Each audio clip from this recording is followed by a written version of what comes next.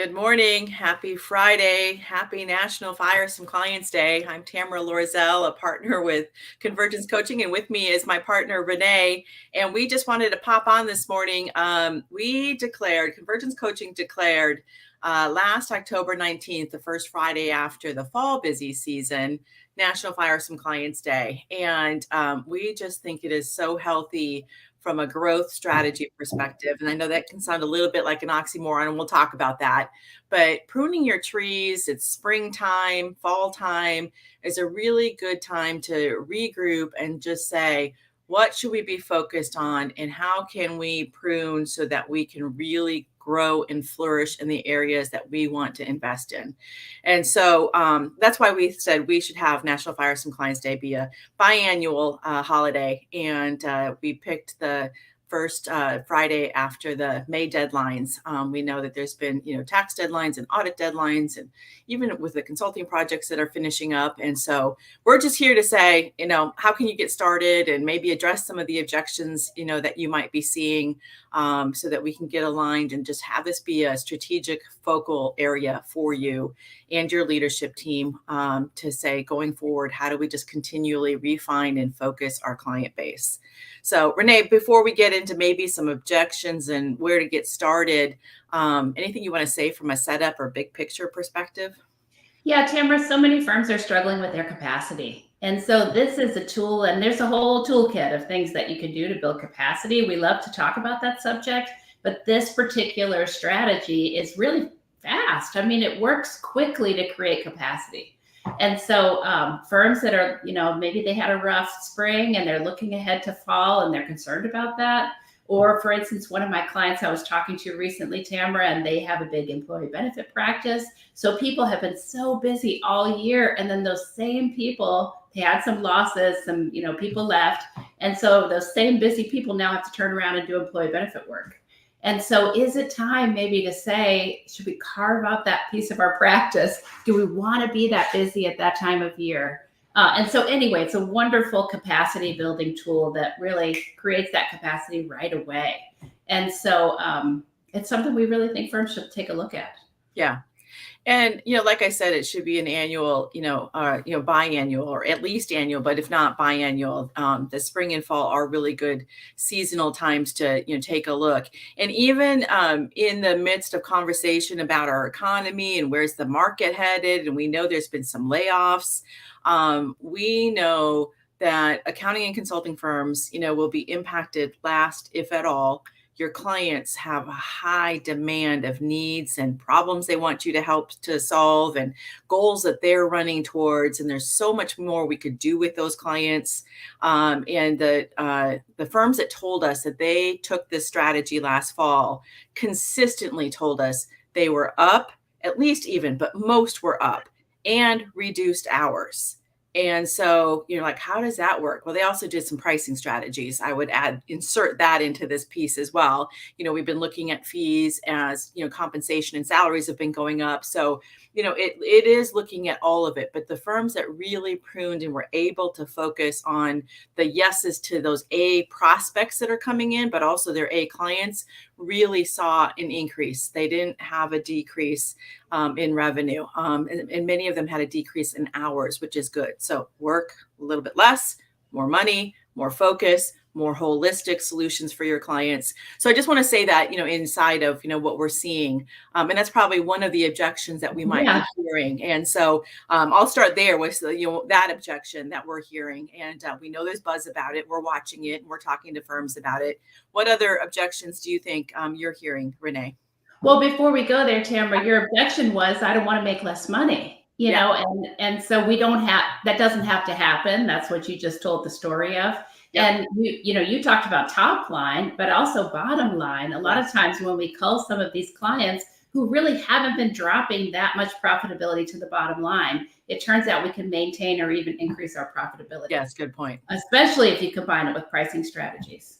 So I guess another objection is, like, what's going to happen to our reputation in the marketplace?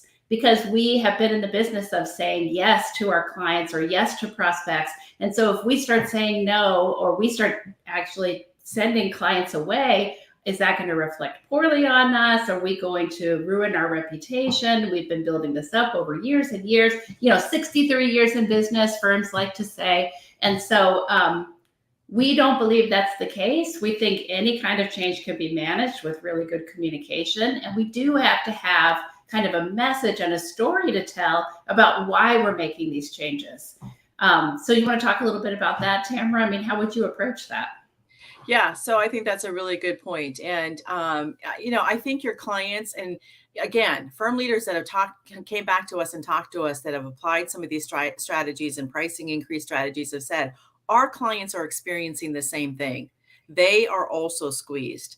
So they understand. But also part of the message is, we are really looking at where we want to focus to take our firm into the future. And for us to best serve our clients, this is the direction that we're going, and we want you to be best served. And so here are some possible firms, or here are some ways that we can help you transition so that you are best, served as well. And so there's some kind of, communication and identification about where your focus is that you could then convey both to your team and out to the market, to your referral sources. Also, we'll need to educate them about it as we refine our ideal target client. But I think most of your clients understand that. And we have some great tools, Tamera, for that. We have a sample letter, and your individual story will be unique about what you're running towards in your example. But you could take a look at how we position it, because I think in our sample, it's about, we really want to focus on business tax, perhaps, so we're going to be giving up some of that individual tax. And so you can take that message and kind of apply it over to whatever your example is. Right. Or there might be an industry, expertise that you're going deep in, and maybe we're dabbling in a couple others. And it is the right thing for the clients too. I know their relationship is another objection, and it's tied to what we're talking about, Renee. And so,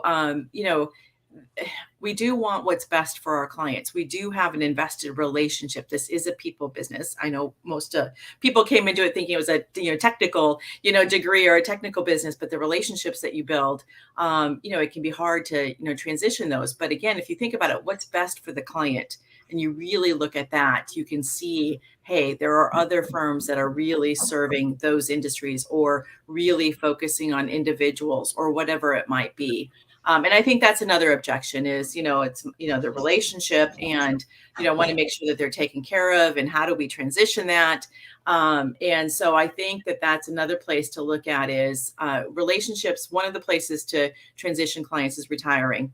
So if there's a set of clients that we should transition at the same time a partner that's retiring is transitioning, we should plan that. I know it's difficult when we've built the business on it, but that might not be where we're going, in the future. And so we can say, how do we honor and respect that and make that feel whole for everybody? So that's a place to look. The other thing is I was with a partner group when their partner retreat this spring, and they were working on some of these strategies. And I had a couple very honest partners say, okay, I did try to fire some clients, but they talked me into keeping them. And now I'm mad that I did that.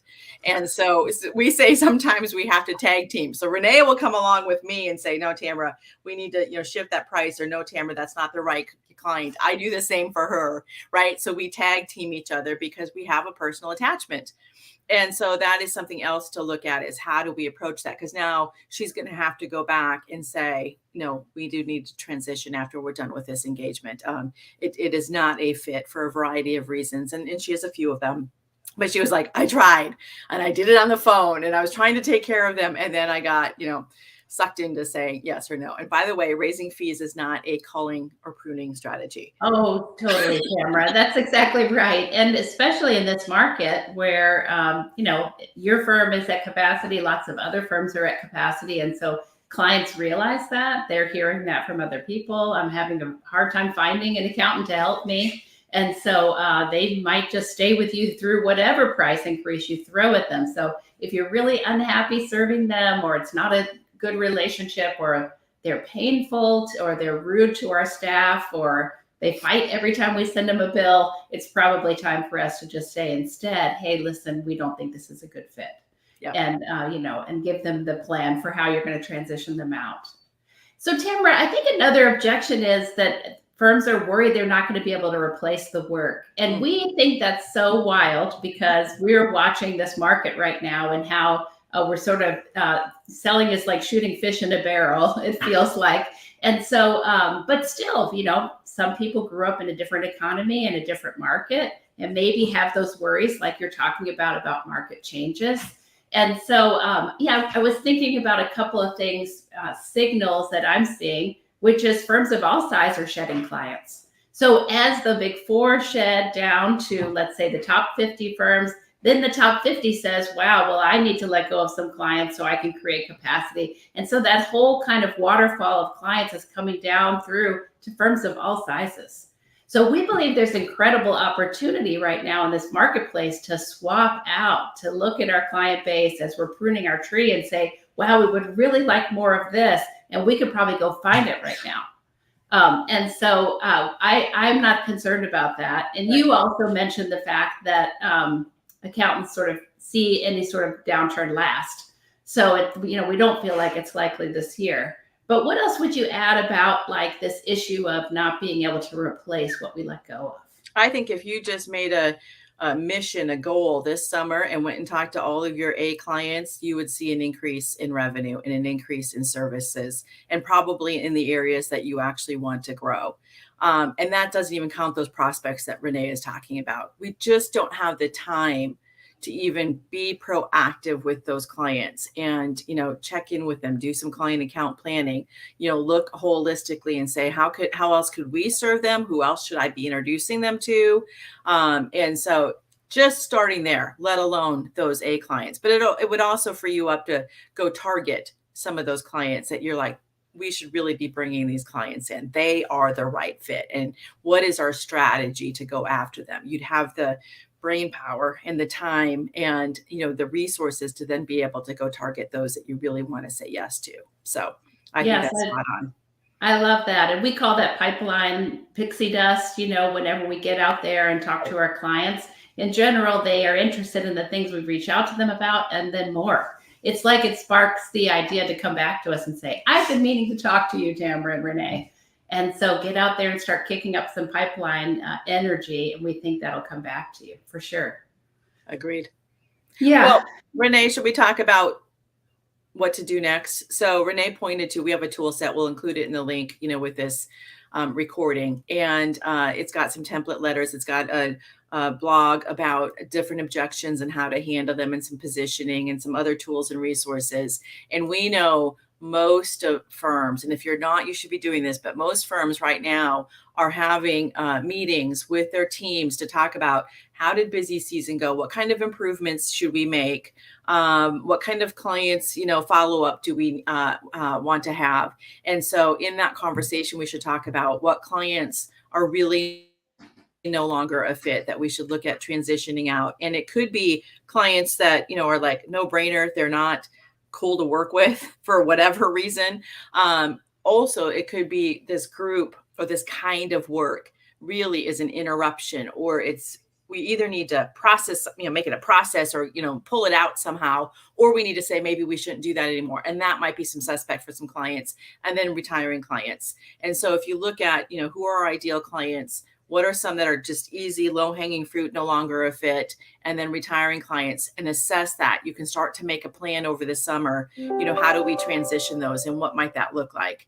And then that's one of the objections that we get is, well, now we've got to wait to get paid, and no. You need to, hopefully we gave them an invoice already. We would like to see you give the return and get, paid, just like when I go to the dentist and get my crown. That's how it works. That's the transaction that we have happen. But if they're not a fit, it's a business. They should be paying you anyway. That's one of the objections we hear. We're just like, no, we just need to say, hey, let's help you wrap up and, the payment. And then as soon as we get paid, we can help you transition to another provider. And so, meeting with your team and talking about that right now while it's fresh, I think is the perfect place to start. Yeah, for sure, Tamera. And actually what I always love, the first pass is that as a firm, so maybe the managing partner and the firm administrator get together and run a report of all the clients by whoever owns the client, highest revenue to lowest revenue. And we can figure out the 80-20, Tamera. Like, do we find that 80% of our revenue is coming from 20% of our clients? And then we can start to flip it and say, now what should we do with that bottom 20%?